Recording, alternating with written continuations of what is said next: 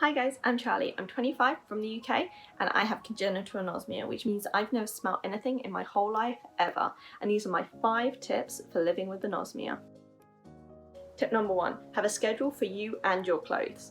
Because we can't smell, we don't know if we or our clothes need washing. So it's always good to have an idea of how long you can wear clothes for or how long you can go between washing. So this will vary from country to country, how active you are, what the weather's like, all sorts of things. But for me, I change my top and my underwear every day, and I change my trousers and anything like a jumper that goes on top of my t-shirt every 5 days. But if I exercise or get sweaty in any way, or if I get wet, or if I'm near fire or smoke, I'll change that straight away. I won't even wait until the end of the day, just change. And then in terms of washing myself, I wash myself every day. However, if I do exercise, I'll wash myself maybe an extra time, or if it's really hot in the summer, maybe I'll wash myself an extra time. But it's completely down to you and what works for you. And if you're not sure, just ask someone, do I need to change more regularly? Is this okay?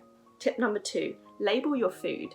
So even though a lot of food comes with a best before date on it, if you open it, or if you've made it yourself and you're putting it in the fridge for leftovers, or perhaps you've frozen it, it's really difficult to then know if it's gone off because the date changes.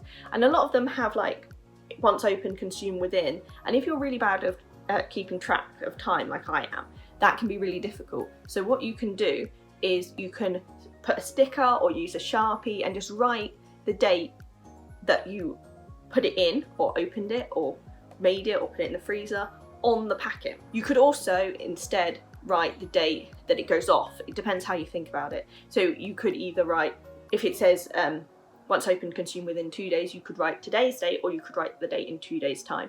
Depends which you prefer, but that will mean that it doesn't matter so much that you can't smell it because it has a date on it. Tip number 3, have an emergency smell kit. Now this is just a small kit that contains some things that will help you if you have a smell emergency.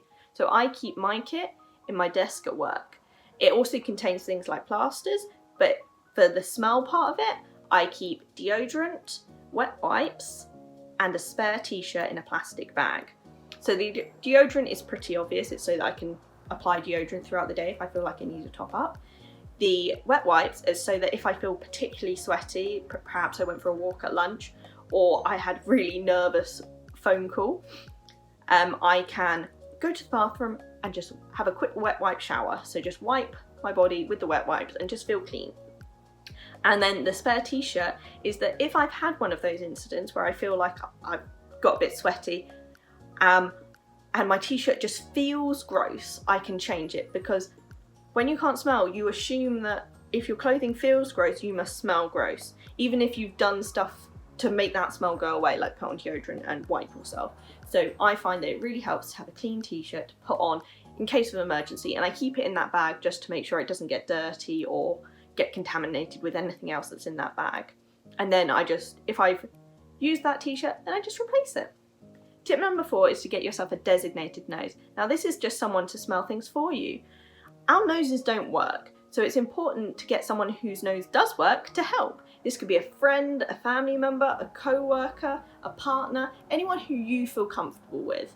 And you can get them to smell anything. You can get them to smell food, your clothes, you can get them to help you pick out gifts, shampoo, candles. The possibilities are endless. And the most important thing to remember, if you ever feel uncomfortable, is that the people who mind don't matter, and the people who matter don't mind. And finally, tip number 5 is to connect with others. Anosmia can be really lonely and isolating at times, even if everyone around you is really supportive. They just don't get it, and that's okay, because there's loads of us who do, and we're just a click away. You can find us on Fifth Sense's website, through their Let's Talk Smell and Taste events, and through their ambassadors. And if you're a congenital anosmic like me, why not come along to one of our congenital clubs? We'd love to have you. And those are my 5 tips. I hope they help you, and don't forget, you're not alone.